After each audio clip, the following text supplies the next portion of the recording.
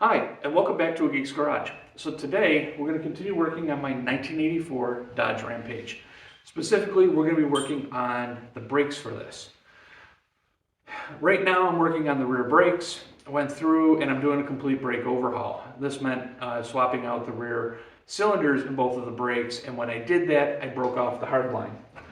Specifically, the ends. They got pinched because the pieces didn't rotate off, and so therefore we got to start over. So we're going to attempt to make this with a bunch of different bends, and my Fuzzy Assistant 1 and Fuzzy Assistant 2, who's off camera, is going to go ahead and help us. Probably not. One thing to keep in mind is that the Fuzzy Assistants probably have more knowledge on how to do this than I do. Everything I've learned, I learned from watching YouTube videos, so we're going to see how far that gets me. Speaking of watching YouTube videos, after watching a bunch of them on creating these, I went on Amazon and found a bunch of different tools that are hopefully going to help me build or rebuild pieces like this, and those are in here. So we're going to go ahead, we're going to do an unboxing, pull out all the tools that I've got, along with all the parts I'm going to need, and get to making one of these. So let's see how we do.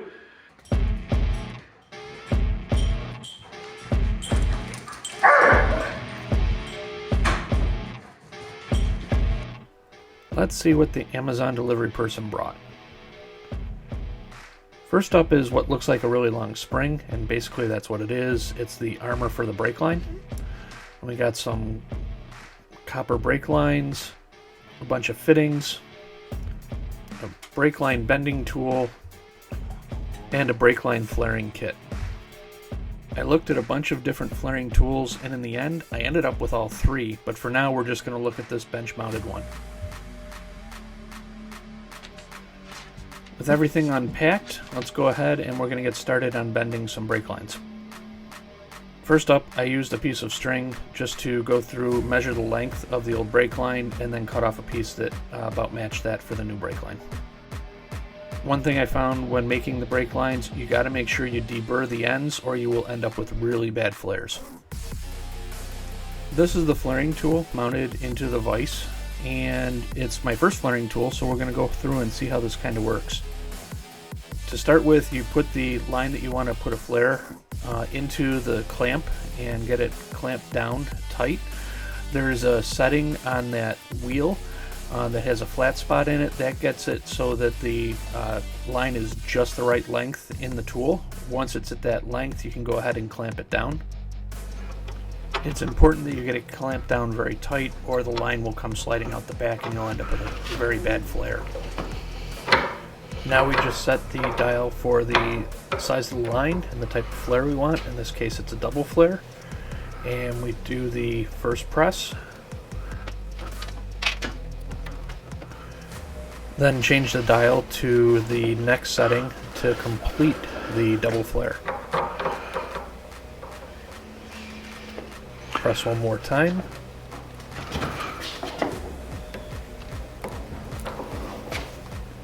And we're done.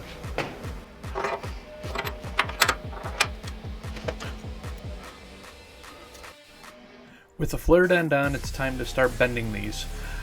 I ended up not using the bending tool at all. Because I used the spring brake armor, I was able to actually just put that around the tube, and that actually acted as a protectant as I bent the lines and kept everything from kinking. So it ended up being a lot easier to bend these just in a jig with that on there than trying to use the bending tool that I had purchased.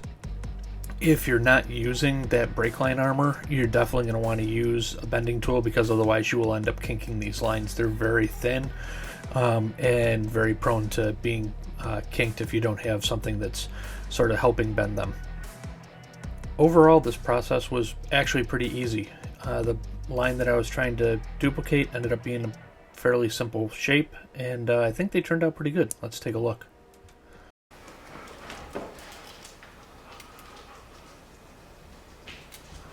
I'd say not too bad, especially not for my first time. Now, is it going to go into the car? That's the real question. Well, there you have it. Brake lines are bent and put together. Flares are on them. They look pretty good. Time will tell when we go to actually put them back on the car. Hopefully they're the right length and the bends are pretty much in the right areas. I didn't end up actually using the bending pliers since I was using the armor like spring wrap around the lines. That actually made it much easier to just bend them just with the spring. Hopefully these things go in the next episode. Be sure that you leave any comments down below. If you've got better ways to do this, I'd love to hear them, especially because this is my first time doing it. With that, we're gonna start heading back over here to the car, and be sure, if you haven't already, check out my Instagram, A Geek's Garage, as well as the Twitter account, also A Geek's Garage. I put up some pictures and updates there before I get videos out, so be sure to follow me there as well so you can see what's coming. And with that, see you.